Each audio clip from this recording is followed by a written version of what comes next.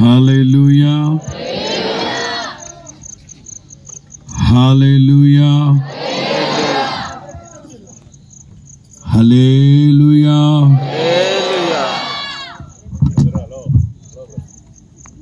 హోషేయ గ్రంథంలో ఓ మాట ఉంటుందన్నాను కానీ తలలు దించమనిలే. వర్షము వలె ఆయన మీ యొద్దకు వచ్చును. ఎంతటి ప్రతికూలమైన పరిస్థితులైనా వాక్య ఆధారాలతో అనుకూలంగా మలచుకుని ప్రభువుని స్తుతించినప్పుడే మహిమ కలిగిన కార్యాలు ప్రభు మన పట్ల జరిగించును గాక. ఈ ఒక్క రాత్రి సభలో పాలు పొందిన మీకు అందరికీ మన ప్రభువును రక్షకుడైన యేసుక్రీస్తు మహోన్నతమైన సర్వశక్తి కలిగిన పుణ్యనామములో హోసన్నా మినిస్ట్రీస్ తరఫున మీకు అందరికీ నా హృదయపూర్వకమైన వందనాలు, దేవునికి స్తోత్రాలు. అలాగే ఆయా ప్రాంతాల నుంచి సమకూర్చబడిన సేవకులందరికీ నా హృదయపూర్వకమైన వందనాలు తెలియపరుస్తున్నాను. స్వర్గీయ యేసన్న గారు అంటుండేవారు, దేవుడు ఈ సృష్టిని ప్రారంభించినప్పటి నుంచి ఇప్పటి వరకు వర్షానికి తడిస్తే అది కాదు, ఆ తర్వాత మాట, మొక్కలు మొలకెత్తుతాయి కానీ మనుష్యులు మొలకెత్తిన దాఖలాలు ఎక్కడా. అంచేత ఇబ్బంది ఏమి లేదు. ఇప్పుడు అందుకైనా గోడు కట్టుకొచ్చిందా ఏటి బాబా, ఏటి ఏం మాట్లాడతావు అప్ప నువ్వు? గోడి కట్టుకొచ్చి మళ్ళీ వర్షం తగ్గిపోయిందండి బాబా, ఏట్రా బాబా. స్తోత్రం చెప్పు గట్టిగా.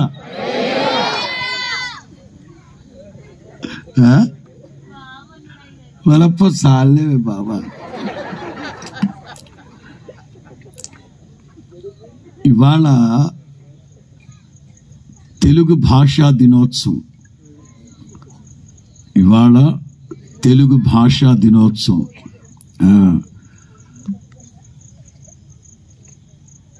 ఎంత ప్రతికూలమైన పరిస్థితులైనా ప్రభు అనుకూలంగా మారుస్తారు.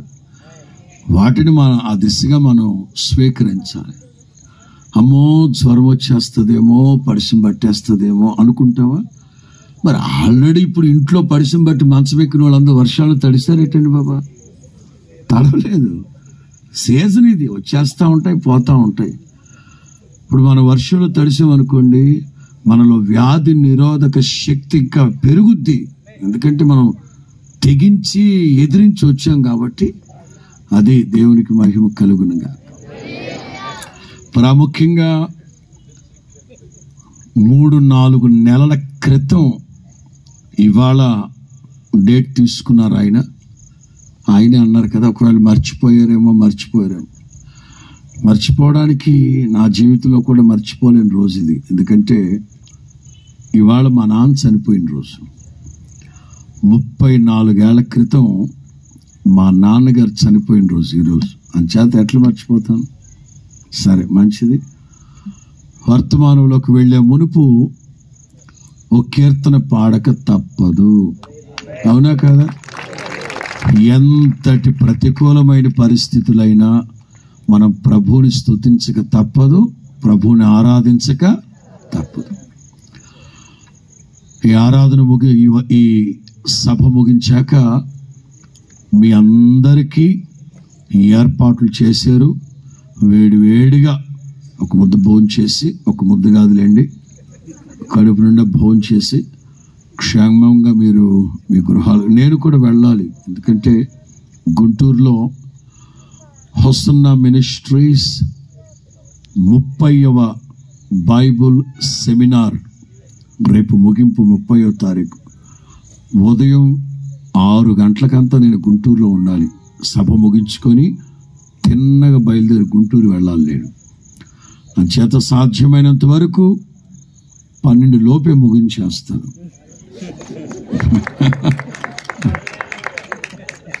మంచిది. ఏ పాట పాడతాం?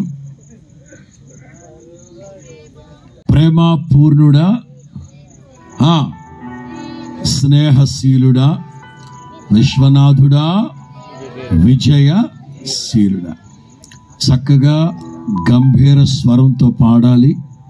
ఉత్సాహ ధ్వనులతో చప్పలు కొడుతూ చక్కగా ప్రభువునందు ఆనందిస్తూ యేసయ్య నామాన్ని ఘనపరుచుకున్నా.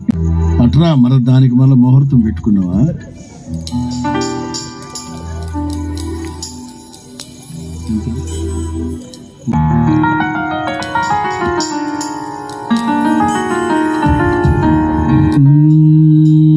హల్లెలూయా, హల్లెలూయా. ప్రేమ పూర్ణుడా,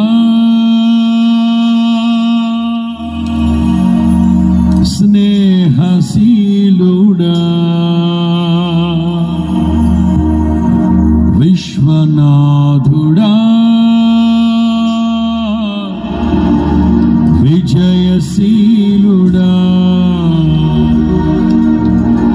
ఎవ్వరూ త్వరగా కాదు కానీ ప్రతి మాటని ఆస్వాదించుకుంటూ చక్కగా భజన చేసుకుంటూ మరలా నా తోడు నీవుంటే అది పాడేటప్పుడు 2 చేతులు పైకెత్తి అలా ప్రభువును స్తుతించుకో. ఓకే, ఆ 2 లైన్లు పాడు. ఇప్పుడు కాదు,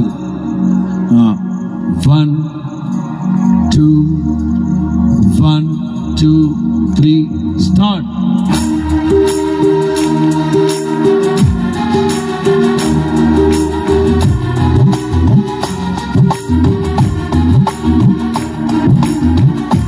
అందరూ చప్పట్లు కొడుతూ థ్యాంక్ యూ లార్డ్, హల్లెలూయా. మళ్ళా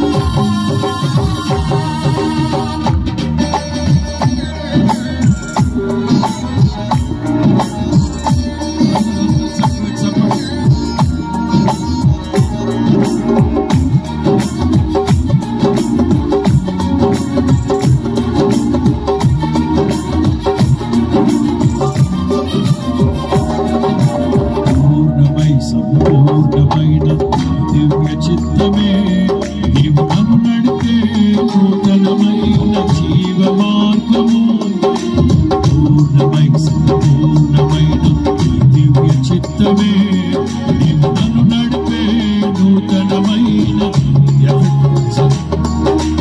ఇహమందు పరమందు ఆశ్రయమైన వాడవు ఇన్నాళ్ళు క్షణమైన మళ్ళా ఇహమందు పరమందు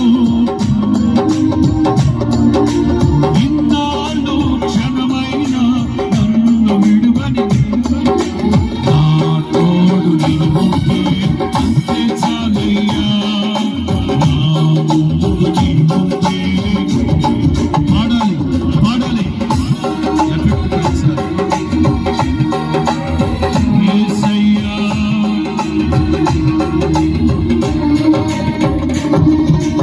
ప్రేమాపూర్ణుడా హర్రా హర్రా ప్రేమాపూర్ణుడా విశ్వనాథుడా విజయ వీరుడా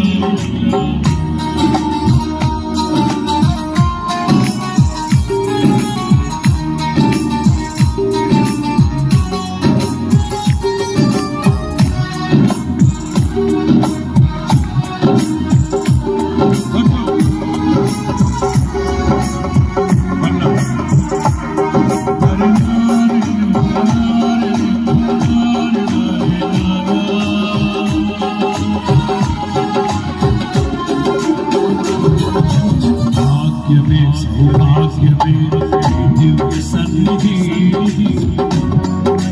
నీ కృప నాపై చూపితివే భాగ్యమే సౌభాగ్యమే దివ్య సన్నిధి విస్తారమైన నీ కృప బలమైన ఘనమైన నీ నామమందు హర్షించి భజించి కీర్తించి బలమైన ఘనమైన నీ నామమందు హర్షించి భజించి కీర్తించి రెండు చేతులు పైకి పాడాలి పాడాలి పాడాలి నా తోడు నీవుంటే అంతే చాలయ్యా నా ముందు నీవుంటే ప్రేమాపూర్ణుడా స్నేహశీలుడా విశ్వనాథుడా ప్రేమాపూర్ణుడా విశ్వనాథుడా విజయ వీరుడా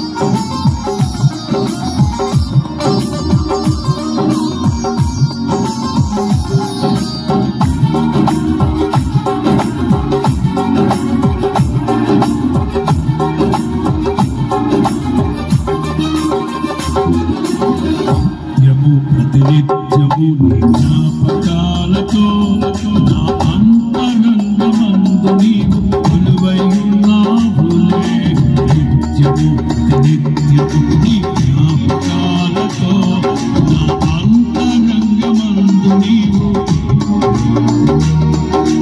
నిర్మలమైన నీ మనసే నాకంకితం చేశావు నీతోనే జీవింప నన్ను కొనిపోయేసయ్యా నిర్మలమైన నీ మనసే నాకంకితం చేశావు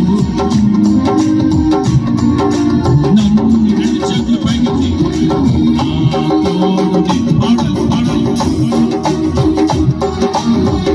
విశ్వసించిన ప్రతి ఒక్కరు రెండు చేతులు పైకి నా తోడు నీవుంటే అంతే చాలయ్యా ఏ ప్రేమే లేదయ్యా ప్రేమాపూర్ణుడా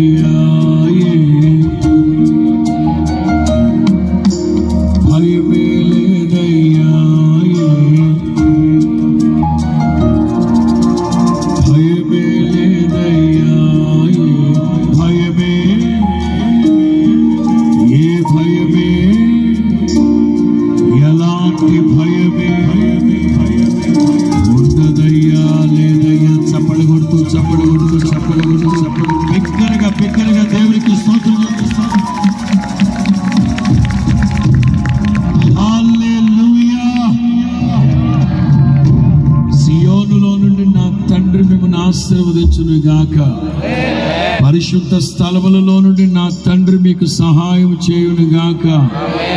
ఎవరు సమీపించరాని తేజస్సులో నివసించు నా తండ్రి ముఖ కాంతి మెండుగా మీ మీద ప్రసరింప చేయునుగాక. హల్లెలూయా. సందేశంలోనికి వెళదాం. దయచేసి చూడండి 116వ కీర్తన అందరూ.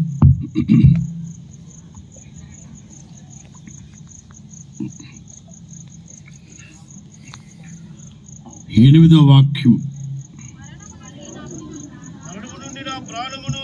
116వ కీర్తన 8వ వాక్యం. 3 మాటలుంటాయి అక్కడ. మరణము నుండి నా ప్రాణమును, కన్నీరు విడవకుండా నా కన్నులను, జారి పడకుండా నా పాదములను తప్పించి ఉన్నావు. దేవునికి స్తోత్రం చెప్పండి గట్టిగా. 3 మాటలు.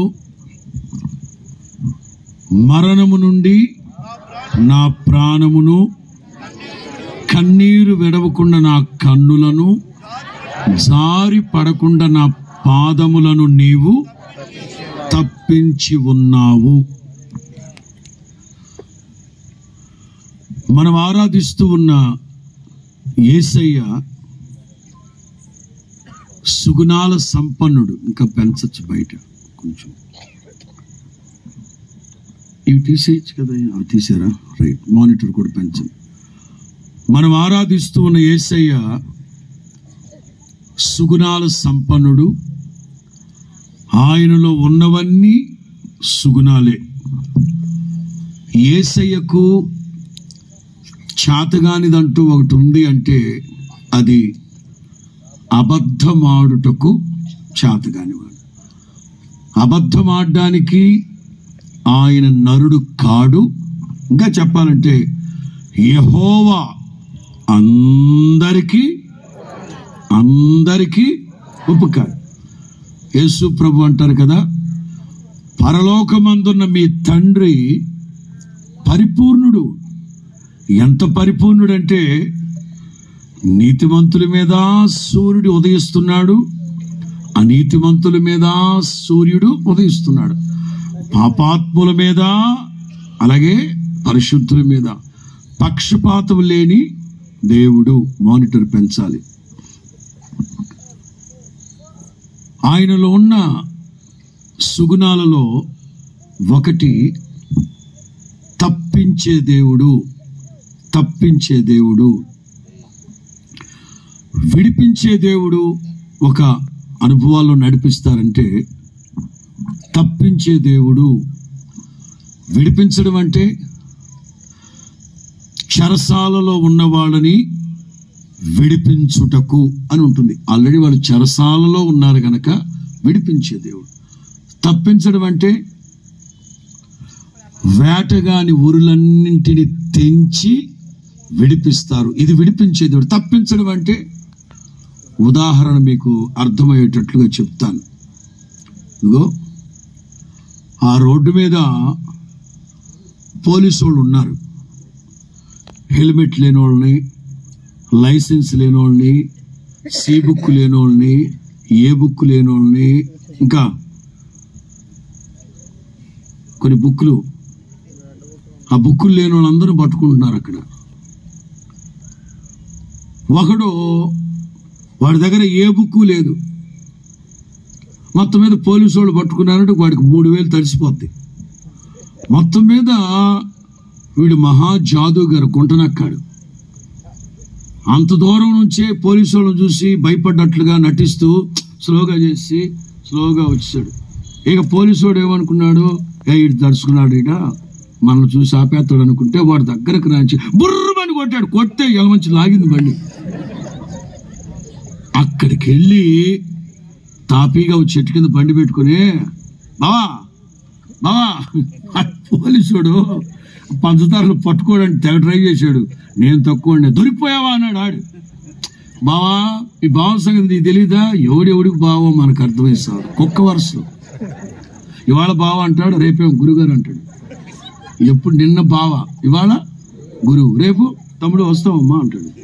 కుక్క వరుసలో. లేదురా నీకు తెలుసు కదా మీ బావ సంగతి. నేను అలా ఆపినట్టుగా ఆపి తప్పించుకున్నాను రా, ఎస్కేప్ అయిపోయా, తప్పించుకున్నాను. తప్పించబడ్డం అనేది ఒక ఎట్లా నిర్వచించాలి దాన్ని? మన దేవుడు ఎవరో తెలుసా? కీర్తనాకారుడైన దావీదు అంటున్నారు, మరణము నుండి నా ప్రాణమును, కన్నీరు విడవకుండా నా కన్నులను, జారి పడకుండా నా పాదములను. ఈ 3 మాటలు వివరించిన తర్వాత వర్తమానంలోకి వెళతాం. మరణము నుండి మన ప్రాణాలను తప్పించడం అంటే, అలాగైతే క్రైస్తవుడికి అసలు మరణమే లేదా? క్రైస్తవులు చచ్చిపోవట్లేదా? సామెతలో మాట ఉంటుంది, నా వలన నీకు దీర్ఘాయువు కలుగుతుంది, నీవు జీవించు సంవత్సరాలు, నా వలన నీకు దీర్ఘాయువు. అలాగైతే క్రైస్తవులు మాత్రమే 150-200 సంవత్సరాలు బ్రతుకుతున్నారా? లేదే. వాక్యాన్ని చాలామంది అక్షరానుసారముగా అర్థం చేసుకునే వాళ్ళు కొందరు, ఆత్మానుసారంగా అర్థం చేసుకునే వాళ్ళందరూ, కొంతమందికి 30 దంతలుగాను, కొంతమందికి 60 దంతలుగాను, కొంతమంది హృదయాల్లో 100 అంతలుగాను ఫలించడానికి కారణం అర్థం చేసుకునే మనస్సును బట్టి, హృదయాలను బట్టి. వాస్తవంగా వాక్యానుసారంగా మాట్లాడాలంటే మనిషికి 2 జన్మలు, 2 మరణాలు. ఒకటి భౌతికంగా పుట్టడం, ఇది మనమందరము పుట్టుకుని సూచిస్తుంది. 2వ పుట్టుక మారు మనసు పొంది పాప క్షమాపణ నిమిత్తం పునర్జన్మ. అంటే క్రీస్తుతో కూడా పాపముల నిమిత్తం పాతి పెట్టబడి మారు మనసు పొంది పాప క్షమాపణ నిమిత్తం బాప్తిసం పొంది తిరిగి లేవడాన్ని మరో జన్మ అంటే ఇది రెండవ జన్మ. 2 మరణాలు. ఒకటి భౌతికంగా మరణించడం. ఇదిగో ఆ సేవకుని కొడుకు చనిపోయాడు, మా నాన్న చనిపోయాడు, అందరూ చచ్చిపోతారు. ఇది భౌతికంగా కలిగే మరణం, ప్రకటన గ్రంథంలో ఉంటుంది. రెండవ మరణం అనేది బహుభయంకరమైనది. అలాంటి బహుభయంకరమైన మరణం ఆత్మీయులకు రాకూడదు అంటాడు దైవజనుడు. దైవజనాంగం ఆలోచించండి. మరణము నుండి నా ప్రాణమును తప్పించావు. ఇది దావీదు కీర్తన. ఇది దావీదు కీర్తన. దావీదు జీవితంలో పట్టుమని 25 ఏళ్ళు నిండక మునిపే ఎన్నో సందర్భాల్లో దావీదు మీద హత్యా ప్రయత్నాలు జరిగాయి. దావీదును చంపడానికి ఎన్నో ప్రయత్నాలు జరిగాయి. ఎన్నో కపట కుట్ర నాటకాలు చాలా జరిగాయి. ఎన్నో సందర్భాల్లో దావీదు వెంట్రుక వాసిలో తప్పించుకున్న దాఖలాలు కూడా మనకు తెలుసు. అందుకే 21వ కీర్తనలో దావీదు కీర్తన రాస్తూ అందులో మాట్లాడతారు, ఆయుష్ నిమ్మని అతడు నిన్ను వరమడుగగా దీర్ఘాయువు చేత నీవు అతన్ని తృప్తిపరచితివి. స్తోత్రం చెప్పండి గట్టిగా. ఎవరికి మాత్రం దీర్ఘాయుష్గా బ్రతకాలని ఉన్నదండి? ఎవరికి మాత్రం చాలండి ఇంతకాలం బ్రతికాం, పైగా 2020 కరోనా దాటి, దాని అమ్మని దాటి, దాని చెల్లిని దాటి, దాని పిల్ల కరోనా, తల్లి కరోనా, అత్త కరోనా, మరదల కరోనా, ఈ కరోనా రోగాలకి, సునామీలకి, తుఫాన్లకి అన్నిటికీ ఆడవాళ్ళ పేర్లు పెడతారు. ఏంటో నాకు అర్థమై సాగు. బైబిల్లో కూడా కోపానికి ఉద్రేకాన్ని పిల్లలు పోగొట్టుకుని ఆడేలుగు బంటూ, ఆడసింహం, ఆడది తల్లులు. సరిపోల్చడానికి ఎంత యాటిట్యూడ్ ఉందో మీ దగ్గర. ఈ తుఫాన్లకు కూడా చూడండి మీ పేరే పెడతారు, లైలా, కత్రినా, కరీనా, అనుష్క, సమంత, నీలం కదా. ఎందుకంటే సలవా, మీ సలవా. నదులకి ఆ పేర్లే, కృష్ణమ్మ, గంగమ్మ, గోదావరమ్మ. ఎందుకంటే నాశనం చేయటానికి. గొంతు తడపాలన్నా మీరే, గుండెలు పిండేయాలన్నా అది ఆడది ఆధారం.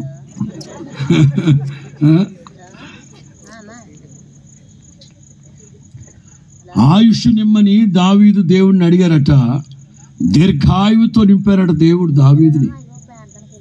ఎవరు మాత్రం 2020 తర్వాత కరోనాని జయించి ఇంకో 4 ఏళ్ళు బతికాం, పర్లేదు పాష గారు, ఇవాళ రాత్రితో దేవుడు నన్ను తీసేసుకున్న ఇబ్బంది లేదు, దేవునికి మహిమ కలుగును గాక అనేవాళ్ళు ఎవరన్నా ఉంటే అలేనండి.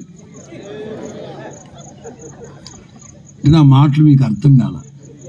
అది ఈ రాత్రితో నేను చచ్చిపోయినా పర్వాలేదు, దేవుడు నన్ను తీసేసుకుంటే బాగుంటుంది అనేవాళ్ళు అలేనండి. రెండో మాట చెప్పనా, మీకు ఎంత ధైర్యం, దేవుడు తీసుకోడు అని మీకు మొక్కవోని ధైర్యం. అందుకే ధైర్యం ఎత్తారు కొంతమంది. మీ నాటకాలు నాకు తెలదేటి. స్తోత్రం చెప్పు గట్టిగా. మరణము నుండి నా ప్రాణమును తప్పించావు. ప్రియులారా, మరణము తప్పించుట యెహోవా వశం. మరణం చూడకుండా బ్రతకగోరు నరుడు ఎవ్వడు లేడు. అయినా మరణం తప్పించుట దేవుని యొక్క వశం. ప్రభు చెప్తారు, మీరు వెళ్ళి ప్రార్థన చేయండి, నా నామం పేరట ప్రార్థన చేయండి, నేను వారిని బాగు చేస్తాను, నేను వారిని స్వస్థపరుస్తాను, నేను వారిని వారున్న సమాధుల్లో నుంచి నేను వారిని, మరణము నుంచి నా ప్రాణాన్ని. ఇది దేనికి సాదృశ్యం అంటే, వాస్తవంగా ఒక సేవకునిగా నేను చెప్పాలంటే, ప్రతి మనిషి గిట్టక మానరు. అయితే యేసు క్రీస్తు వేవేల పరిశుద్ధులు వెంట పెట్టుకొచ్చినప్పుడు ఈ మనమున్న సమాధుల్లో నుంచి పరిశుద్ధులైన వారిని లేపుతాడు. మరణములో నుంచి మనల్ని లేపి అదిగో ఆ నిత్య రాజ్యానికి మనల్ని తీసుకెళ్తాడు. ఇందులో రెండో మాట, కన్నీరు విడవకుండా నా కన్నులను, కన్నీరు విడవకుండా నా కన్నులను. కన్నీళ్లను గురించి బోలెడన్ని మాటలు చెప్తూ ఉంటారు. ఒక మగాడు గనక ఏడుస్తూ ఉంటే దెప్పి పొడుస్తూ మాట్లాడతారు. తోలనాడు మాట్లాడే ఆడదేడ్చినట్టు ఏడుస్తావేంట్రా, ఆడదేడ్చినట్టు ఏడుస్తావేంట్రా అంటే ఎమోషన్స్, ఫీలింగ్స్, మోషన్స్ అంటున్నారు. అంటే ఇవన్నీ ఆడవాళ్ళకైనా, మగాళ్ళకు ఉండవా? అవుట్ ఆఫ్ బైబిల్ మాట్లాడతాను, చెప్తాను వినండి. Out of Bible. ఇవాళ తెలుగు భాష, అసలు భాష అవుట్ ఆఫ్ బైబిల్ అని చెప్పిన మొదటే. అసలు భాష మామూలుగా ఇంగ్లీష్లో ఒకరినొకరు మాట్లాడుకునేటప్పుడు మీ మదర్ టంగ్ అంటారు. మీ డాడీ టంగ్ అనరు, మీ ఫాదర్ టంగ్ అనరు, మీ మదర్ టంగ్. ఎందుకని భాషని, ఏ భాష వాళ్ళు మీరు అని అడగడానికి మీ మదర్ టంగ్ ఏమిటి అని అడుగుతారు. ఎందుకు? మరలా చెప్తున్నాను, అవుట్ ఆఫ్ బైబిల్ మాట్లాడుతున్నాను. అసలు భాష ఎందుకు పుట్టింది, ఎవరు మాట్లాడారు మొట్టమొదటంటే మీరే, ఆడవాళ్ళే. ఎందుకంటే మీకు వ్యవహారాలు ఎక్కువ కదా. అది నేను చదివిన మాటలే చెప్తున్నాను, చరిత్రలో చదివిన మాటలు చెప్తున్నాను, అవుట్ ఆఫ్ బైబిలే మరలా మాట్లాడుతున్నాను. ఒకటి, మనిషి జీవితం వ్యవసాయ ఆధారితంగా జీవితాలు ప్రారంభించబడ్డాయి. అసలు భాష ఎందుకు పుట్టింది అంటే ఆడవాళ్ళు వాళ్ళకున్న ఆరోగ్య సమస్యలు మాట్లాడుకోవడానికి. 2, గర్భిణితో ఉన్నప్పుడు పొలం పనులకు వెళ్ళలేక ఖాళీగా ఇంట్లో కూర్చొని ఉన్నప్పుడు ఊసిపోక. నిజం. మీకు ఇంకా చెప్పాలంటే చదివిందే చెప్తున్నాను. విక్రమాదిత్య అతని దాంట్లో ఎప్పుడో 10-15 ఏళ్ల క్రితం చూశాను.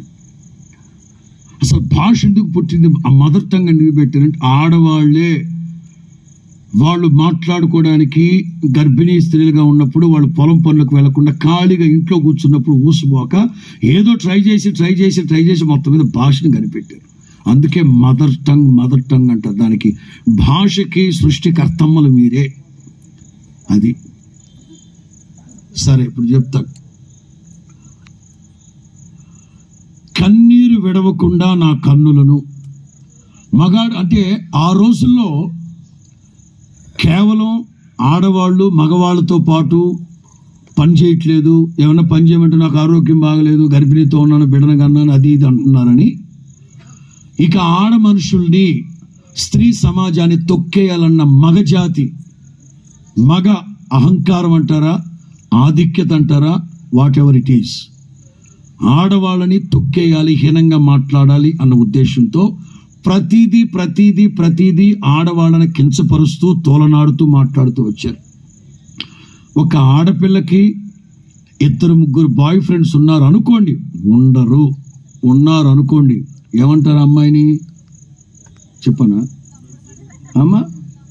బజార్ది అంటారు, లేక తప్పుడు మనిషి. అదిగో ఇంకో మంచి మాట, బరి తెగించింది అంటారు. ఓకే, అదే ఒక మగాడు 6 ఆడపిల్లలు మెయింటైన్ చేస్తున్నాడు అనుకోండి, అమ్మా మగాడు కదా, మన్మధుడు.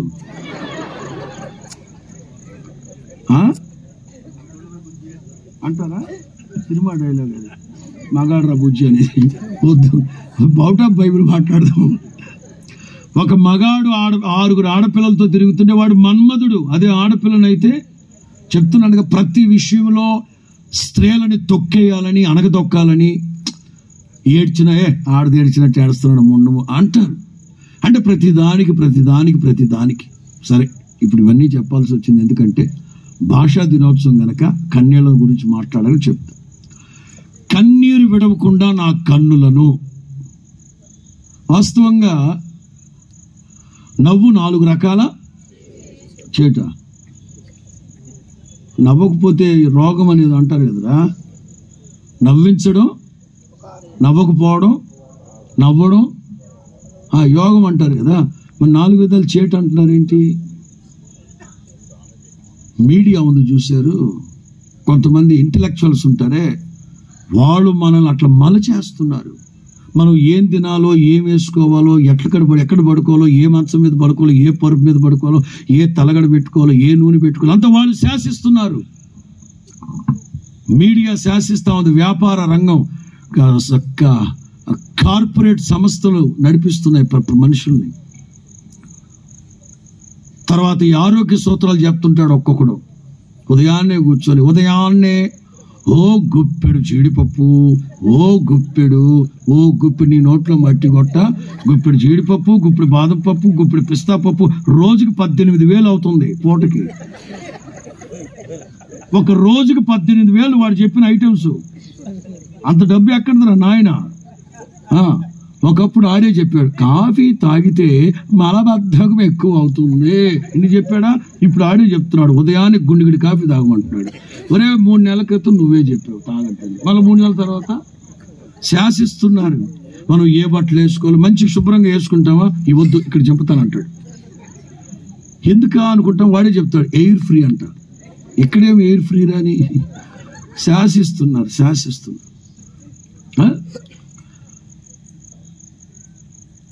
కన్నీరు విడవకుండా నా కన్నులను, ప్రియులారా,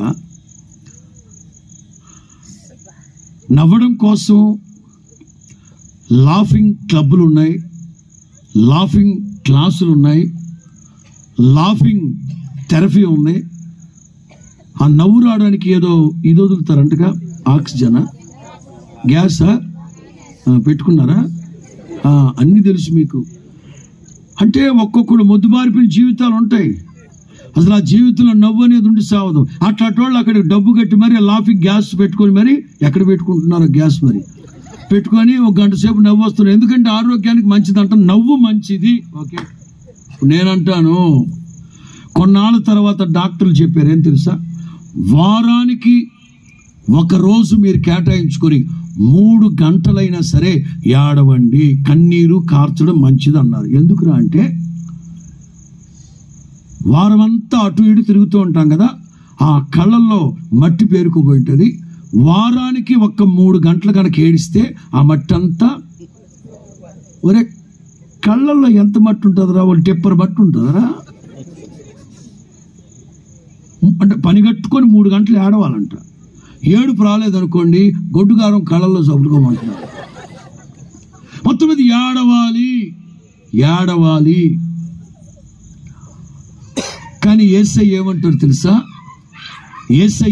తెలుసా? నెహెమ్యా గ్రంథంలో ఏముందో తెలుసా?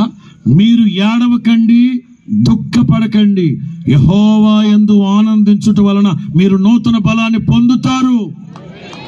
యేసు క్రీస్తు ఆయన సశరీరుడిగా ఉన్నప్పుడు సేవ చేసిన ప్రతి చోట ఎవరైనా కన్నీరు కారుస్తూ ఉంటే వెంటనే అక్కడికి వెళ్ళి చెప్పేవారు, అమ్మా ఏడవకు అని చెప్పి పక్కన వాళ్ళు అడిగేవాడు, ఎందుకు ఏడుస్తుంది ఈ విధవరాలని. ఒరే ఏటా ఎందుకు ఏడుస్తుందో తెలియకుండానే ఏడవద్దని చెప్పేసావా? ఒక్కగానొక్క కొడుకు చచ్చిపోయాడు, అదిగో పాడి మీద అక్కడ. యేసుక్రీస్తు పునరుద్ధానుడైన తర్వాత మొట్టమొదటగా మాట్లాడిన మాట ఏమిటో తెలుసా? అమ్మా ఎందుకు ఏడుస్తున్నావు? మగ్దలేని మరియతో చెప్తున్నారు, ఎందుకు ఏడుస్తున్నావు? దావీదు అంటారు, కన్నీరు విడవకుండా నా కన్నులను తప్పించాడు. ఎందుకు ఏడవడం? ఏడిస్తే ఏం ప్రమాదం? దావీదు అంటారు 6వ కీర్తన 6వ వాక్యంలో, ఎందాక నన్ను కరుణించవయ్యా, ఎందాక నా పట్ల జాలి చూపువు, రోగము బాధలు ఎక్కువైపోతున్నాయి, అనారోగ్యం ఎక్కువైపోతుంది. చదవండి 6వ కీర్తన 6వ వాక్యం.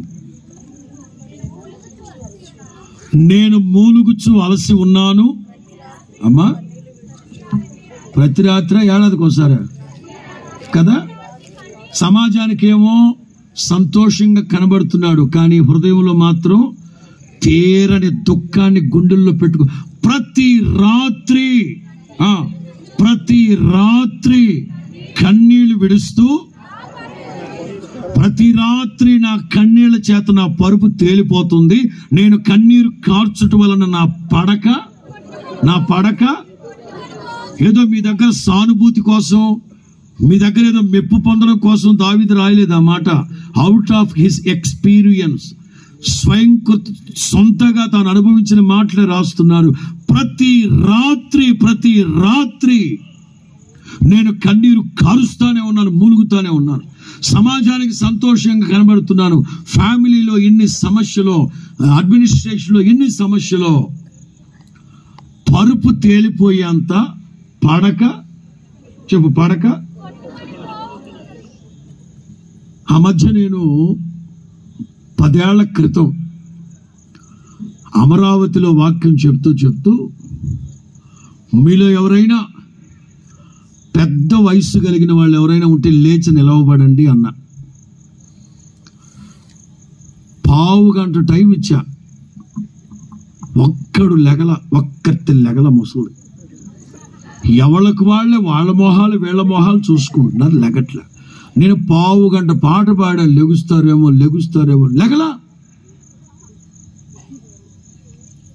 అంటే ఆడవాళ్ళు వయసు దాచి పెడతారని తెలుసు, కానీ వీళ్ళకి కూడా జాడ్యం వచ్చినట్టుంది ఈ మధ్య. వీళ్ళు కూడా ఒకళ్ళు లెగలా. నేను ఎందుకు లెగమన్నాను? మామగారు హల్లెలూయా, మీది పెద్ద వయసేగా, చిన్నదేనా? పెద్ద వయసేనా? థ్యాంక్ యూ, ఒప్పుకున్నావే తల్లా. లేగు, ఒకసారి లేగమ్మా.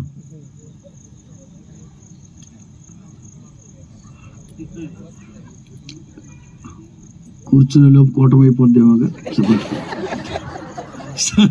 సరే, ఒక్క 2-3 నిమిషాలు మీకు సమయాన్ని కేటాయిస్తా.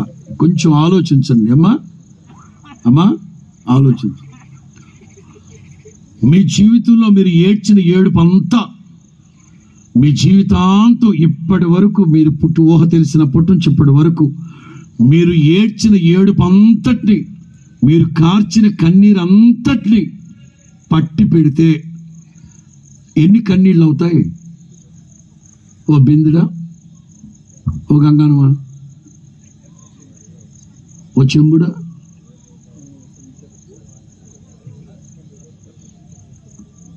ఇన్ని. అదిగో ఇంకా ఎక్కువేనా? ఓ లీటర్ పెంచు. ఇంకానా? ఇంకొకటి అంత మించి నేను పెంచలేను అబ్బా. ఇంకొక లీటర్ పెంచు చాలే. జాయిగా కూర్చోబెట్టమ్మ మా అమ్మని.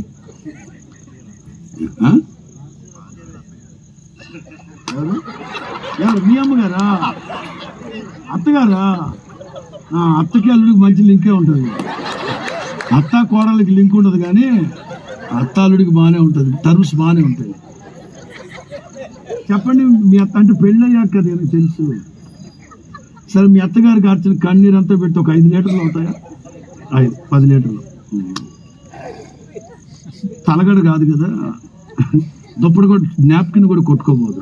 కానీ దావీదు అంటారు, నేను ప్రతి రాత్రి కార్చిన కన్నీటికి నా పడక. ఏడిస్తే ఏడ్చావు, ఏంటి ఇప్పుడు ఏడిస్తే ఏడ్చారు, బాధలు వచ్చి ఏడ్చావు. ఎందుకు ఏడవద్దు అంటున్నారు ప్రభు? సామెతలో మాట ఉంటుంది, సరే చెప్తా మీకు. మీ కండ్లు మీ దేహానికి దీపాలు. యేసయ్య అంటారు, మీ కండ్లు మీ దేహానికి దీపాలు. ఇదిగో, ఈ కళ్ళు గనక కాంతి తగ్గితే, ఈ కండ్లలో గనక వెలుగు తగ్గితే దేహమంతా చీకటి అయిపోతుంది. చెప్తాను వినండి. ఎక్కువగా కన్నీరు కారిస్తే కండ్లల్లో ఉన్న కాంతి తగ్గిపోతాయి. కండ్లు కాంతిమయంగా ఉండాలంటే కన్నుల ప్రకాశము చూచుట హృదయానికి ఆనందం. నేను ఒక మాట చెప్పనా? ఎవరి హృదయంలో అయితే దేవుని వాక్యం ఉంటుందో వాళ్ళ కండ్లు ప్రకాశమానంగా ఉంటాయి. స్తోత్రం చెప్పండి గట్టిగా.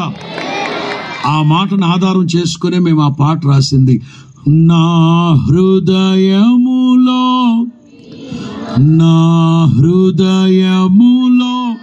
నీ మాటలే నా కన్నులకు కాంతి.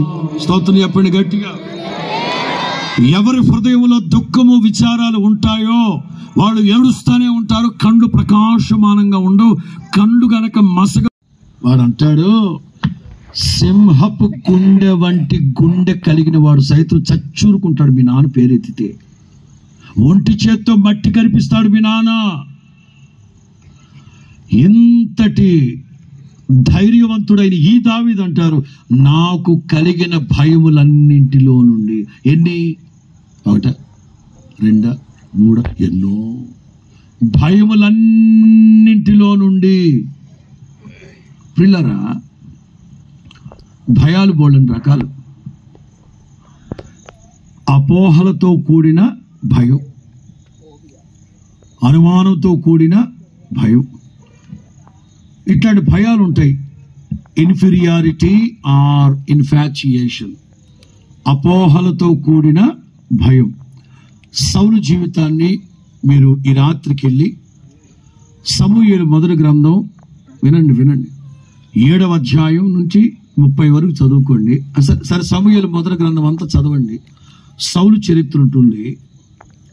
సౌలు జీవితంలో 3 సార్లు భయపడినట్లుగా గ్రంథస్థం చేయబడి ఉంటుంది. 3 సార్లు కూడా అనవసరమైన భయం, అక్కర్లేని భయం. ఫిలిస్తీన్లు తాను మీద వచ్చి పడిపోతారని అనుకొని, ఎవడు రాలేదు. అనుకొని అంటే అపోహ, ఇన్ఫీరియారిటీ, ఇన్ఫాచ్యుయేషన్, భ్రమ, అనుమానం. పెట్టుబడి పెట్టేంత వరకు ఒక భయం, లాభం వస్తుందో రాదో రెండో భయం, పెళ్ళయ్యేంత వరకు ఒక భయం, అయ్యాక ఇంకో భయం, పిల్లలు పుట్టేంత వరకు ఒక భయం, పుట్టాక ఇంకొక భయం, వారు పెరిగి పెద్ద అయ్యేంత వరకు ఒక భయం, పెద్ద అయ్యాక ఇంకో భయం. ప్రతిదీ భయం భయం భయం భయం భయం. దావీదు అంటారు, నాకు కలిగిన భయములన్నింటిలో నుంచి నా దేవుడు నన్ను తప్పించెను. ఇందులో ఒక 3 మాటలు మీకు చెప్తాను. ఇందులో 3 మాటలు చెప్తాను. రెఫరెన్స్లు చూపెట్టుకుంటూ వెళ్ళడం కాదు, వినండి. ఆ తర్వాత నా యూట్యూబ్ ఛానల్ మీరందరూ సబ్స్క్రైబ్ చేసుకున్నారు అనుకుంటున్నాను. నాకున్నది ఒకే ఒక ప్లాట్ఫామ్, యూట్యూబ్ మాత్రమే. చాలామంది అంటూ ఉంటారు, అయ్యగారు మీకు ట్విట్టర్ కాదు, వాట్సాప్లో పెట్టారండి. వాట్సాప్ అసలు అది ఎట్టుంటుంది నాన్న? ఎట్టుండేది ఏంటి? నా జీవితంలో Facebook, WhatsApp, Twitter, TikTok, పిండాకోడు ఏమి లేవు. ఉన్నదల్లా ఒకే ప్లాట్ఫామ్, యూట్యూబ్ ఛానల్. అది కూడా నా పేరు మీద ఉండదు. నన్ను ఇంతటి సేవకుడిగా తీర్చిదిద్దిన సంస్థ పేరే ఉంటుంది, హోసన్నా మినిస్ట్రీస్ RJY. చూడండి, 3 మాటలు చెప్తా. 1, నాకు కలిగిన భయములన్నింటిలో నుంచి ఆయన నన్ను తప్పించెను. స్తోత్రం చెప్పు గట్టిగా. ఒకవేళ నీ జీవితంలో భయము గనక చోటు చేసుకుంటే, ఏ పరిస్థితులు అయినా సరే, కొన్ని దుర్వార్తలు విని అపోహలు, అనుమానాలు, భయాలు ఏవో ఉంటాయి. మొట్టమొదటి యాకోబు సంగతి చెప్తాను. 32వ అధ్యాయంలో, ఆదికాండం 32వ అధ్యాయంలో యాకోబు మిక్కిలి భయపడి తొందరపడి, చదువున్నానమాట. ఆదికాండం 32:8. ఎస్, ఆదికాండం 32:8 7వ వాక్యం.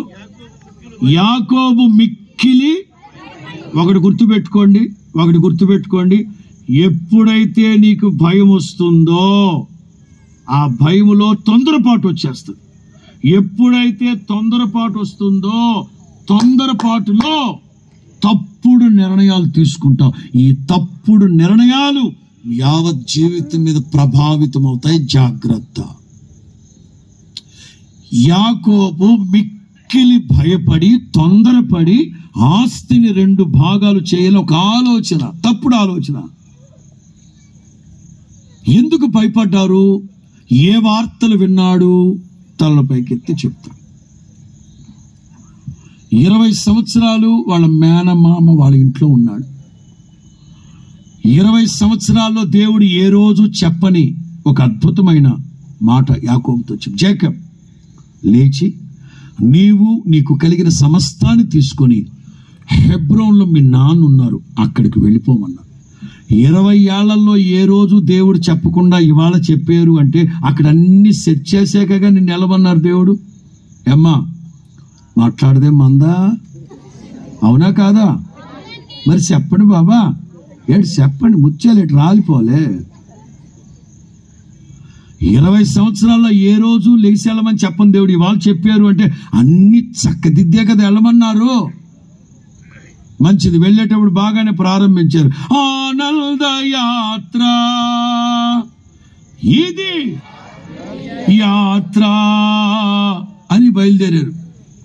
ఈలోగా ఎవడో ఒకడు అడావుడిగా వచ్చి ఉన్నది ఉన్నట్లుగా చెప్తే ఏ ఇబ్బంది వచ్చేది కాదు. ఉన్నదేంటి, యాకోబు వస్తున్న సంగతి వాళ్ళ అన్నయ్య తెలుసుకొని ఏశావు 400 మంది బ్యాండ్ పార్టీ వాళ్ళని, కైకులూరు బ్యాండ్ పార్టీ వాళ్ళని మాట్లాడుకొని అంగరంగ వైభవంగా ఊరేగింపుగా తీసుకెళదామని కోర్మన్నపాలెం సెంటర్లో నుంచి వస్తున్నాడు. ఇది నిజం. వచ్చినాడు ఇదే మాట చెప్పాలి, జేకబ్ ఈ పంట పండిందిరా, ఏం పుణ్యం చేసుకున్నావు, మీ అన్న మంచోడురా, పెద్ద మనసులో మీ అన్నదే. 400 మంది బ్యాండ్ పార్టీ వాళ్ళు వేసుకొస్తున్నారు నిన్ను అంగరంగ వైభవంగా తోడుకెళ్తాకని చెప్పు. ఇది వాస్తవం. ఇలాగే చెప్పుంటే, ఈ సౌండింగ్ లో చెప్పుంటే యాకోబు ఏమనేవాడు? సరే ఇట్లా చెప్పుంటే యాకోబా మాసాక 20 ఏళ్ల క్రితం మా అన్నకి డంకి ఇచ్చాను రా, ఆడిప్పటికే డంగైపోయాడా. ఇది నిజం. ఇట్లాగే అంటాడు, ఎందుకంటే మనవాడు కొంచెం ఈగో ఎక్కువ అండ్ యాటిట్యూడ్ ఎక్కువ జాకబ్కి. వచ్చినోడు ఎట్లా చెప్పాడు, ఏదో కంగారు ఆందోళన పడుతూ వచ్చి మాకెందుకులయ్యా మీ అన్న వస్తున్నాడు అన్నాడు, మాకెందుకులయ్యా మీ అన్న వస్తున్నాడు అన్నాడు. ఇక అంతే, యాకోబు గుండె ఇక్కడ జారిపోయింది. అరే గుడారాలు దించండి. భార్య పిల్లలు వచ్చి అడిగారు, డాడీ ఆనంద యాత్రను ఆత్మయాత్రను మరి గుడారాలు దించమన్నా వేలు డాడీ అన్నారు. దించో బోలని యాత్రలు చేసింది అని దించో. సరదాగా చెప్పనా, ఊపుకుంటూ వచ్చింది రాహేలు. ఏమండి బావగారు వస్తున్నారంటగా, ఏమైంది, గుడారాలు ఎందుకు దించమన్నావు? పాప యాకోబు అని ఉంటాడు, వద్దు 20 ఏళ్ల క్రితం నాకేసావు, హచ్చుకులాగా నీ అంట తిరిగా, వద్దు మా అన్నకు రింగ్ అయ్యి మాకు వాడు పాప అమాయకుడు మా అమ్మ. అది కాదు దించండి రా గుడారాలు. అసలు నిజమేంటి చెప్పండి, వాస్తవం ఏంటి? వాళ్ళన్న బ్యాండ్ మేళంతో వస్తున్నాడు, అంగరంగ వైభవం చెప్పినోడు ఈ దుర్వార్త వినేసరికి మిక్కిలి భయపడి, ఈ భయములో తొందరపాటులో తప్పుడు ఆస్తిని 2 భాగాలు చేసి విను ఇచ్చి పంపించేశాడు. అది కూడా రే మీరు నాకంటే ముందుకెళ్ళి మా అన్నను కూల్ చేయండిరా, మా అన్నను కూల్ చేయండిరా అన్నాడు. పాపం వాళ్ళు వెళ్ళి ఏంటి ఏషావు గారు ఆగండి ఇక్కడ ఆగు, ఏంట్రా ఎవర్రా మీరు? అది మీ తమ్ముడు పంపించాడు సార్. ఏంటంట? అదే ఇవన్నీ మీకు ఇవ్వమన్నాడు. అరే అవన్నీ నాకెందుకురా, మా తమ్ముడు ఎట్లున్నాడు రా, 1000 కాళ్ళతో అదిగో అదంతా కాదు, ఇది తీసుకోవాలి అర్జెంటుగా. మరి నాకు వద్దురా, మా తమ్ముడు మా మామూలు కదరా, మహానగరం మాయగడరా, మా మామ లాభాలు గడ, పేరుకు తగ్గట్టుగా లాభం లేని వాడు ఏం చేయడురా. పాప మా తమ్ముడు ఎన్ని బాధలు పడ్డాడో, వాడి ఆస్తి నాకు ఎందుకురా, వద్దురా. రైట్ తీసుకోవా, బలవంతంగా వాడికి కట్టబెట్టి యాకోబు దగ్గరకు వచ్చారు. సార్ లైన్ లో పెట్టేసాం, నవరత్న ఆయిల్ కూడా అంత కూలింగ్ చేయదు, మీ అన్న ఫుల్ కూలింగ్, ఏం కాదు వెళ్ళిపోమన్నాడు. అరే మా అన్న చంపుతానని లేదురా అంటే, శివుడని బాబా చెప్పింది, మీ అన్నకి మీ మీద ప్రేమని బాబా మీరు. ఇంత జరిగిన తర్వాత యాకోబు అడిగాడు, మరి మా అన్న అంత కూలింగ్ లో ఉంటే ఆస్తి ఏం చేశారు అన్నాడు. మీ అన్న వద్దన్నాడండి, మీ అన్న వద్దన్నాడండి, మేమే బలవంతంగా అడిగి కష్టార్జితం ఏమైపోయింది చూడండి. తొందరపాటు నిర్ణయం, తొందరపాటు తప్పుడు నిర్ణయం. గమ్మత్తు చెప్పనా, ఈ చేయాల్సింది ఏదో ముందే చేసి ఉండాలి యాకోబు. ఏమని? 11-12 వాక్యాలు చూడండి.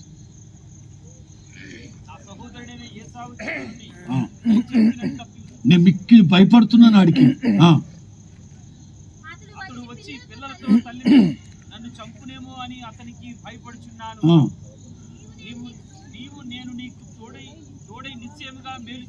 అదే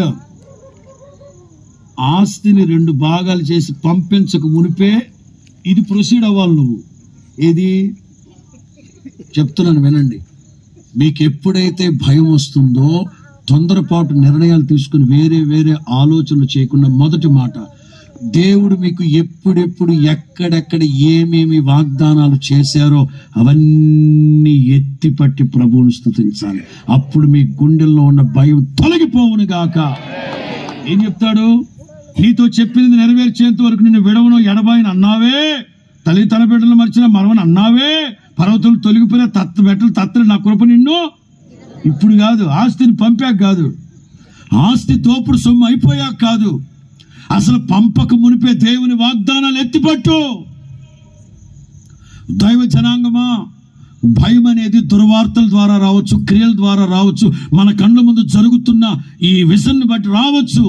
ఏది ఎలా వచ్చినా సరే, దేవుడు ఎప్పుడెప్పుడు ఎక్కడెక్కడ ఏ సందర్భాల్లో నీకు వాగ్దానాలు చేశారో వాటన్నిటిని ఎత్తిపట్టి స్తుతించు.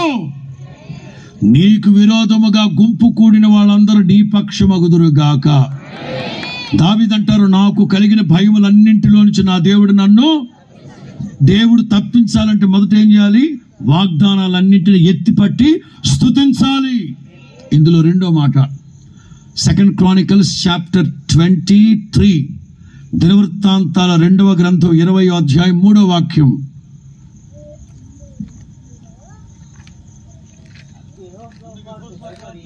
భయపడి 3 రోజులు ఉపవాస ప్రార్థన పెట్టాడు. 2, మీకు గనక భయం వస్తే, మీ హృదయం గనక భయముతో నింపబడుతూ ఉందని మీకు తెలిస్తే, ఇక వేరే ఆలోచించద్దు. తిన్నగా వెళ్ళి ప్రభు సన్నిధిలో మోకరించు, ఉపవసించు. పచ్చి మంచిలను కూడా ముట్టకుండా దేవునితో పోరాడు ప్రార్థనలో, ఉపవాస ప్రార్థనలో. ఓ ప్రక్కన సమస్యలు పేటరేగిపోతుంటే, సమస్యలు పెచ్చిలిని పోతుంటే, సమస్యలు మిమ్మల్ని ముంచేస్తుంటే, రోజుకు 3 కంచాలు తిని దిట్టంగా కుదమట్టంగా కుడుములాగుంటే ఎట్లా? సమస్యలు ప్రక్కన పేటరేగిపోతున్నాయి కదా. ఉపవాసం ఉండాలి. 3 రోజులు ఉపవాసం ఉన్నారు. జటిలమైన సమస్య. ఒక రాజా, 3 రాజులు ఏకమై దండెత్తి వచ్చేసారు దేవుని బిడ్డల మీదకి. యెహోషువ ఎవరి సహాయం కొరకు వెళ్ళలేదు. దేవుని సన్నిధిలో 3 రోజులు ఉపవాసం ఉన్నాడా? 4వ రోజున పాటలు వినబడుతున్నాయి. ఎక్కడి నుంచి? ఎవడు అరకులోయ ఉందా? అరకులోయ కాదు, మీ దుంపదేగ బెరాకాలోయరా. బెరాకాలోయలో పాటలు వినబడుతున్నాయి. ఏమని? స్తుతి గానమే పాడనా.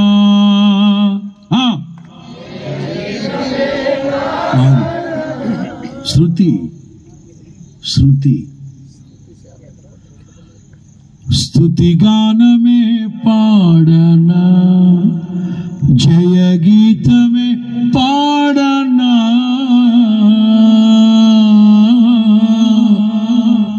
యెహోషాపాతు అడుగుతున్నారు, ఏటైంది అక్కడ? ఏటైందంటారండి బాబా, శత్రువులు దేవుడు సితకొట్టేశాడు ఒక్కొక్కడిని. యేసు నామములో దేవుడు మనకు జయం అనుగ్రహించారు. చప్పలు కొట్టి గట్టిగా స్తోత్రం చెప్పండి గట్టిగా. హల్లెలూయా.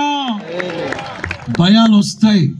ఒకడైతే మనం ఎదిరించవచ్చు, ఇద్దరైతే గట్టి ప్రయత్నించవచ్చు. 3 రాజులు, 3 దేశాలు శత్రువులు. ఏమి చేయగలం మనం?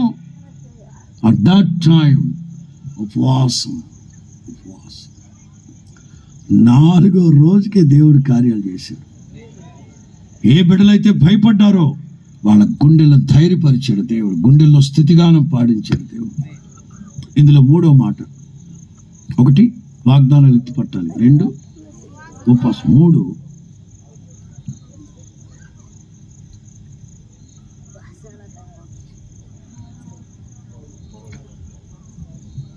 ఫరో, వాడి రథాలు, వాడి సైన్యం దుమ్ము రేగొడుతున్నారు. దుమ్ము రేగుతుంది. వీళ్ళ మీదకు వచ్చేసింది మరణాంధకారం. వీళ్ళ మీదకు వచ్చేసింది. వాడెక్కడో గుర్రాలు వస్తూ ఉంటే, రథాలు వస్తుంటే ఆ దుమ్ము వాళ్ళకంటే ముందుగా వచ్చేసి వీళ్ళని మరణాంధకారం చుట్టేసింది దేవుని ప్రజల్ని. ఒక్కసారి వెనక్కి తిరిగి చూస్తే ఫరో వస్తున్నాడు. ఇంకేముంది? వెనక వైపు ఫరోని అతని సైన్యాన్ని చూసి ఇశ్రాయేలీలు మిక్కిలి భయపడి మోషే దగ్గరికి వెళ్ళి, బూతులైతే తెట్లేదు కానీ చెత్త రేగొట్టారు మోషేని. ఐగుప్తులో సమాధులు లేవని తీసుకొచ్చావంటరా, వాడు వస్తున్నాడు వెనక. మిక్కిలి భయపడి. ప్యాటర్న్ ఏంటి? మొదటి ప్యాటర్న్ వాగ్దానాలు ఎత్తి పట్టాలి. రెండో ప్యాటర్న్ 3 మౌనం. మోషే దేవునికి దగ్గరికి వెళ్ళి చెప్తే దేవుడు అన్నారు, ఊరకనే నిలిచి, చెప్పండి, ఊరకనే నిలిచి యెహోవా అనుగ్రహించు జయము, victory is of the lord. సామెతలో ఉంటుంది, యుద్ధమునకు గుర్రములను ఆయత్తపరచుట కద్దు, రక్షణ, తెలుగు బైబిల్లో రక్షణ, but in English victory is of the lord.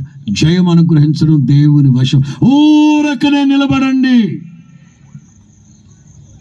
మోషే చెప్పారు, దేవుని ప్రజలారా ఈ రాత్రి ఊరకనే.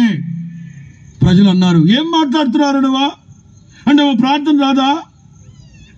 దేవుడు గనక ఆ రాత్రి గనక ప్రార్థన చేయమని కానీ పర్మిషన్ ఇచ్చుంటే, ఏనా పర్మిషన్ ఇచ్చుంటే ఇశ్రాయేలీలు ఏమని ప్రార్థన చేస్తారో తెలుసా? ఏం పోయే కాలంరా నీకో, నీ భార్య పుష్టిలు తాడి తెగిపోను, 430 సంవత్సరాలు మా కష్టార్జితం తిన్నావు కదరా, నీ దివసం పెట్ట ప్రార్థనలో. అందుకే దేవుడు వద్దు, కొన్నిసార్లు అట్లాగే వస్తాయి ప్రార్థన చేయొద్దు, ప్రార్థన చేయొద్దు. సరే రాత్రి స్తుతిస్తావయ్యా, స్తుతి కూడా వద్దు. స్తుతి కూడా ఎట్లా ఉంటుంది? వంట ఉంది దాగేసి వచ్చి మందంగా ఉంటారు చూడండి. వద్దు, మీరు స్తుతించక్కర్లేదు, మీరు ప్రార్థించక్కర్లేదు. ఓ రకనే out of my experience, out of my experience. Yesanna గారు ఈ లోకాన్ని విడిచిపెట్టి మహిమలోకి వెళ్ళిపోయి 12 సంవత్సరాలు అయింది. యేసన్న గారు 2012 ఇదే ఆగస్టు 8వ తారీఖున మహిమలోకి వెళ్ళిపోయారు. యేసన్న గారు చనిపోయాక ఎన్నో ఎదిరింపులు, బెదిరింపులు, సవాళ్ళు, శోధనలు. అయ్యో ఎట్లా చెప్పాలి? మనోవేదన అంటే తెలుసా మీకు అర్థం? మనోవేదన అంటే అర్థం ఏంటి తెలుసా? డెఫినేషన్ చెప్పనా? we can't share, we can't bear. అర్థమైందా? మనోవేదన అంటే we can't share, అలాగని we can't bear. మనోవేదన అంటే ఇంకొకరితో పంచుకోవడానికి వీలు కాంది, అలాగని హృదయంలో దాచుకోవడానికి గుండెలు బద్దలైపోతాయి, హైపర్ టెన్షన్ వచ్చేస్తుంది. అది మనోవేదన అంటే. హోసన్నా మినిస్ట్రీస్ భూమి మీద నుంచి తుడిపేద్దామని, అసలు హోసన్నా అనే మాట తుడిపేద్దామని పెద్ద పెద్ద సవాళ్ళు, ఎదిరింపులు, బెదిరింపులు, బీభత్సమైన సవాళ్ళు. అలాంటి పరిస్థితుల మధ్యలో పెద్ద ఆయన చనిపోయారు. అప్పుడప్పుడే మాకు సమాజం అంటే ఏంటో తెలుస్తూ ఉంది. కంగారు పడిపోతున్నాము, ఆందోళన చెందుతున్నాము, ఎవరికి చెప్పుకోలేక గుండెల్లో దాచుకో. ఆ పరిస్థితుల మధ్యలో నా మట్టుకు నేను చెప్తున్నా, క్రీస్తు యేసు ఎదుట ఆనబెట్టి చెప్తున్నా, నేను సొంతోడిని. నా ప్రభు చెప్పిన మాట అబద్ధం కాదు. సొంతోడే. ఎట్లా సొంతోడు? రక్త సంబంధాన్ని బట్టి సొంతోడిని. ఈ సంస్థలో ఉన్న వాళ్ళందరిలో సొంతోడిని, సీనియర్. బాధ్యత తప్పదు కదా నాకు. గుండెలు పిండేసే వేదనలో మౌనంగా బైబిల్ చేతపట్టుకొని ఉదయాన్నే 6 గంటలకంతా రాజమండ్రిలో హోసన్నా మందిరం ఉంది కదా, మహాదేవుని గొప్ప మందిరం. ఉదయాన్నే 6 గంటలకంతా స్నానం చేసుకుని బైబిల్ తీసుకుని వెళ్ళి మందిరంలో కూర్చునేవాడిని. కూర్చొని యేసయ్యా స్తోత్రం నాయనా అనే మాట కూడా అన్నాం. ప్రభువా ఈ సమస్యల నుంచి ఏం మాట్లాడను, మౌనంగా ఉదయం 6 గంటల నుంచి సాయంకాలం 6 గంటల వరకు పచ్చి మంచినీళ్ళు ముట్టుకు. ఎందుకంటే ఇవాళ రేపో సంస్థని కూల్చేద్దామని, పునాదులతో పాటు పెకిలించేద్దామని, ఇన్ని సంవత్సరాలు కట్టుకునే ఈ సేవని నాశనం చేద్దామని. అప్పటికే హోసన్నా మినిస్ట్రీస్లో 10 లక్షల మంది విశ్వాసులు ఉన్నారు. ఇంతమంది మినిస్ట్రీ మీద ఆశ పెట్టుకొని ఉంటే వాళ్ళ ఆశలన్నీ చిదిమేద్దామని శత్రువులు ఉదయం 6 గంటల నుంచి సాయంకాలం 6 గంటల వరకు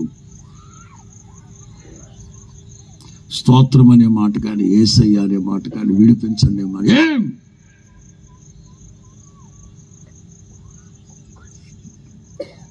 ఆరింటప్పుడు బ్రదర్స్ వచ్చేవాడు. అన్నా ప్రకాష్ అన్న ఒకసారి మాట్లాడతానన్నారు. ఫోన్ చేశారు. మాట్లాడితే అన్నా ఏ సమస్య అయితే జటిలమైన సమస్యగా ఉండిందో అది దేవుడు తీసివేశాడు. ఆ పరిస్థితుల మధ్యలోంచి దేవుడు విడుదల కలుగు చేశాడు. క్రీస్తు యేసు ఎదుట ఆనబెట్టి చెప్తున్నాను, ఎవరో ముఖస్థుతి కోసం చెప్పట్లేదు. ఒకటి కాదు 2 కాదు, 1 కాదు 2 కాదు. ఏదో మోషే ఏదో చెప్పారు, దేవుడు ఏదో చెప్పారు, అక్కడ ఎక్కడ జరిగి ఉంటుందండి మీకు అనుమానం? నేనే సాక్ష్యం.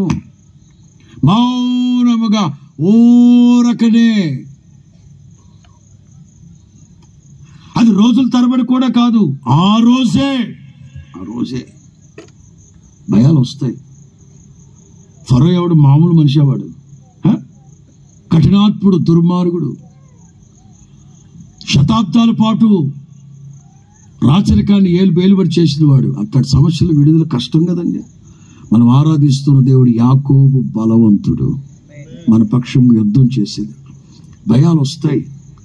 అటు వచ్చినప్పుడు వాగ్దానాలు ఎత్తిపట్టాలి. 2 ఫాస్టింగ్, 3 మౌనం. ఇంకో మాట చెప్తాను. ఆకలి అవుతుందనే వాళ్ళందరూ ఒకసారి హల్లెలూయా అనండి. ఆదికాండం 48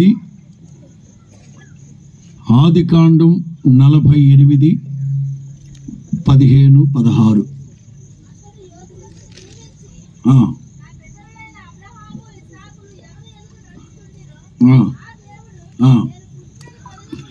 నేను పుట్టినప్పటి నుంచి నేటి వరకు నన్ను ఏ దేవుడైతే పోషించాడో ఆ దేవుడు, అమ్మా నా మాటగా చెప్పన, మొదటి మాట ఏమో భయములన్నింటిలో నుంచి, 2వ పాయింట్ కీడులన్నింటిలో నుండి.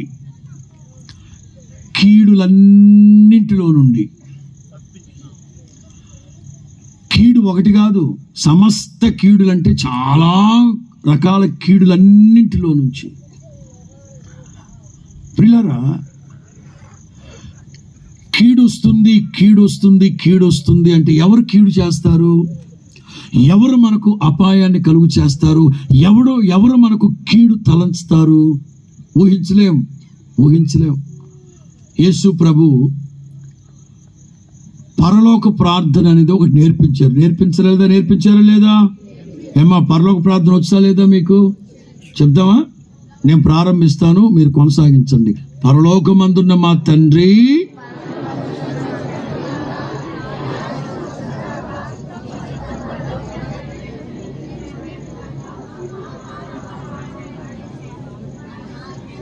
ఒకటి మా అనుదినాహారం మాకు, 2 రుణమాఫీ. ఈ రాజకీయ నాయకులు రుణమాఫీ అంటారు, మీరేమో గుద్దేస్తారు, వాళ్ళేమో దొబ్బేస్తారు. సరిపోయారు ఇద్దరే. 1 అనుదినాహారం, 2 అప్పు లేని జీవితం, 3 కీడులో నుంచి మమ్మల్ని తప్పించు. ఎందుకంటే రాజ్యము బలము. ఇప్పుడు చిన్న ప్రార్థన, ఆ చిన్న ప్రార్థనలో ఎన్ని పాయింట్లు ఉన్నాయి? 3. 1 ఆహారం, 2 అప్పులు లేకుండా బ్రతకడం, 3 కీడు అపాయములో నుంచి. అంటే ఒక వ్యక్తి జీవితంలో, ఒక ఆత్మీయ జీవితంలో ఎంత ప్రాముఖ్యమైన ప్రేయర్ పాయింట్స్ కాకపోతే యేసు ప్రభు పాయింట్లు 3 చెప్పాడు. ఇదే చేయమని చెప్పలేదు, ఎలాగూ ప్రార్థన చేసుకోండి అన్నాడు. అంటే ఇది మోడల్ ఆఫ్ ప్రేయర్. ఇదే చేయమని చెప్పలేదు, ఎలాగూ ఈ ప్యాటర్న్ ప్రకారం చేసుకోమన్నాడు. అది మనకు తెలియక పంజరువులో రామచిలక గనక నేర్పిస్తాం చూడండి, అదే మాట్లాడుతుంది. మీరు కొత్త మాటలు మాట్లాడితే మాట్లాడదు. అదే ఆహారం, అప్పులు లేకుండా బ్రతకడం, అపాయం కీడులో నుంచి మమ్మల్ని. అంటే కీడు అనేది ఎంత భయంకరమైన అనుభవంలో తెలుసుకో. యాకోబు అంటారు, కీడులన్నింటిలో నుంచి దేవుడు నన్ను తప్పించాడు. యాకోబు జీవితంలో ఎప్పుడెప్పుడు ఎక్కడెక్కడ కీడు కలిగిందో మనకు తెలియదేవి కాదు. ఒకే ఒక మాట చెప్తాను. వాళ్ళ మామ లాబాను యాకోబు భార్య పిల్లల్ని సమస్తాన్ని తీసుకెళ్ళిపోయాడని తెలిసి బంధువుల్ని ఇంటి పేరటోళ్ళని కులస్తుల్ని వాళ్ళందరినీ పోగేసుకొని ఒక రోజు ఎతికాడు, 2 రోజులు ఎతికాడు, 3 రోజులు ఎతికాడు, 4 రోజులు మోసగాడు అని వెనక్కి వెళ్ళిపోయాడు. 7 రోజులు ఎతికి పట్టుకున్నాడు. సాతానుగాడు 1-2 సార్లు ట్రై చేసి మిమ్మల్ని వదలడు. 7 అంటే ఏ సంఖ్య? సంపూర్ణ